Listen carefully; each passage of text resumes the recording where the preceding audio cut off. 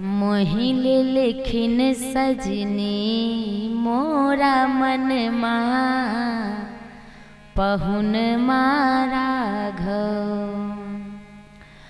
ए हो पहुन मारा घो सिया के सजन मारा घो। ए हो पहुन मारा घो सिया के सजन मारा घो। राजा दशरथ के दुलरुआ पहुन मारा घो।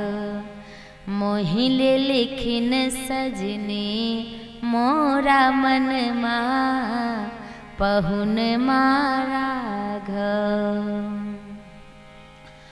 अखियन में कारी काजर होठवा में पानक लाली।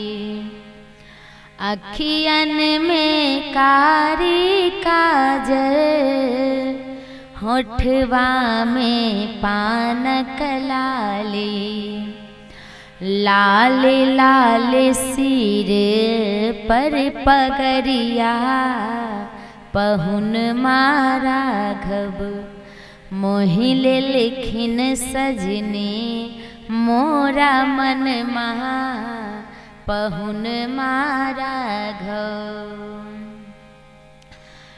चलू चलू देखन सखी है दुल्हा चुमावन सखी है।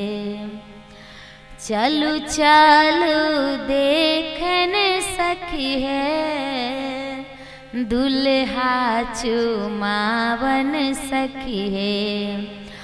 लाल लाल सिर पर पगरिया पहुन मारा घो। मोहिले लिखिन सजनी मोरा मन मा पहुन मारा घो। से आज धाना मा कुटाऊ चारु बरबा से। जे रघुकुल के वीर कहावत जे रघुकुल के वीर कहावत। बांधु सखी काचे डोरबा से आहे बांधु सखी काचे डोर।